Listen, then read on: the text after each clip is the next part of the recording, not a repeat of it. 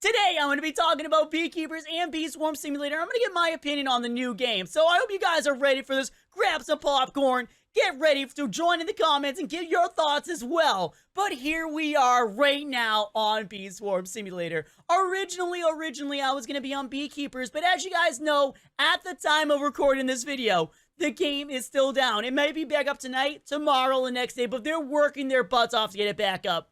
But the first thing we really got to talk about is the Hive and how things are way different starting right from the start of the game when you just begin to play. When you join it, they actually give you the tutorial, explain everything, obviously, every game does. But as you notice right now, wow, what's with my bees? You guys are like kind of being weird right now. What's going on? But yes, as you see, this is the Hive. Currently, we can have 50 bees, which is pretty insane. But otherwise, on the other game, you can only have 25. But the difference is that you have a bee. You have a queen bee, more or less, that does a little larvas that become other bees, and that system is completely different than we have right now. You have to wait 2 to 5 minutes, actually 2 to 7 minutes for the maxed out ones, but you get a random bee each time, and with the bee surrounding it, like for example, for those that don't know that didn't go through the tutorial, if you have all legendary bees around one bee that you're trying to make, it will become legendary as well, or a good chance for it to. But I also like that they changed it up. You use little worms to transform them. I think that's pretty cool. So to start out with, I just want to say, I do feel Beekeepers currently is completely different in many aspects than Bee Swarm Simulator. And honestly, they did a lot of changes from the original version, which basically was a straight up copy. And they admitted to that. It's like, yeah, we were a fan game, but now they're their own beast altogether.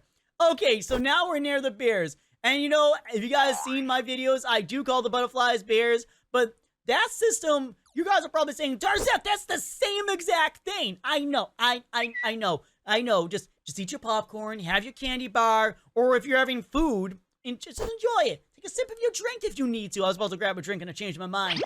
The quest system is basically straightforward. You click on the guy, and then they give you a quest like this. And then you have a list of quests right here that you can do, which I still have a lot in this game to do myself. On the other one, I beat them already. But basically, that system is just straightforward. If they put anything else there, like characters or even bees in general, it would have been the same thing. A quest system is a quest system, so there's not really much difference about that. The zones, also, every game that's a simulator related, or even some tycoons and other games, also have zones. So that right there is also way different. And they did take the idea of having so many bees for certain zones. That makes sense. But also, that's technically how other games work as well. Either you're going to buy it with honey, you can buy it with pollen, royal jellies, whatever. But basically, it's easy enough to just have the number of bees. Because then you need more bees to get more stuff as you go anyhow. So that one makes a lot of sense. And now we're moving on to the structure of the bees. So these guys are square. Theirs aren't square. They're more like a hexagon looking thing, kind of like a hive itself. Like their own little honeycomb, walking around, flying around, if you want to say. But yeah, they changed that up as well. They even changed the look. And also with the abilities we have, they're way different. The items are also different as well. So I think like they're really doing a great job of changing things up. To be honest, in the future, there might be more things. And their codes just in general stack with each other. I don't know if this one does it anymore, but I'm pretty sure the only stacks you can get is like wind boost, you can get mondo chick, etc, etc, but they only work together in the normal way they do. But with their codes, all of them are individual codes in general, like pollen, etc, etc, etc. So the system they put in place for that is gonna be crazy. And I know the next part you guys are gonna say is their flower fails look just like these ones. To be honest, there's only so much they can do for the change up. Well, like 100%, I know I'm defending Beekeepers a lot because Beekeepers getting a bad name of just being a clone of another game. Straight up. This is like Jailbreak and Mad City all over again. Or even Jailbreak and Prison Life all over again. Like 100%. Games are going to be like mimicked. Going to be copied. But it's what the game changes what makes it so important. Beekeepers changed a lot. Yeah, it's still a bee game, which makes me very happy. Makes you guys happy. The items are different. The aesthetic of it is different. Like the way you get the bees, that is so much more advanced. And currently they don't have any like mobs you can fight. But they will both be having Christmas updates, which is not surprising. I can see it now. Darzeth, they both have Christmas updates. No, duh. They're all going to have it. It's going to be pretty simple. It's going to be pretty easy. I understand. But guys, also, I want to know what you have to say about this down below in the comments. So don't be afraid to say what you say. And guys, if somebody says something you don't like, don't fight with them. Don't get mad at them. Everyone's a valuable member of the community. So remember, when they say something, it's not that it's wrong or right. It's just their opinion. Unless they're straight out wrong, going, Beekeepers is a stolen game. It's just not the real. And now actually we're on to that part of the subject. So it currently has been taken down, not by Onett, not by Bee Swarm Simulator, but by another game claiming that they stole all the stuff for it. But in reality, they didn't do it, or at least from what I'm hearing, they didn't do it. We're going to find out more information later, and I can't wait to hear what happens, and I hope it goes back up soon. Like 100%, I want the game to go back up, and oh, look at this. I have a quest I finished. I didn't realize I did. Oh, okay, there we go. We got some more power. So now we got max energy. Oh, man, that is crazy. So what's the next quest you have for me, dude? You have more quests? Jeez, how many quests are you going to give me? Oh, that one's super duper. Look how easy that is. Oh, I just defeated the scorpions. That doesn't make it any more easier. Oh my gosh.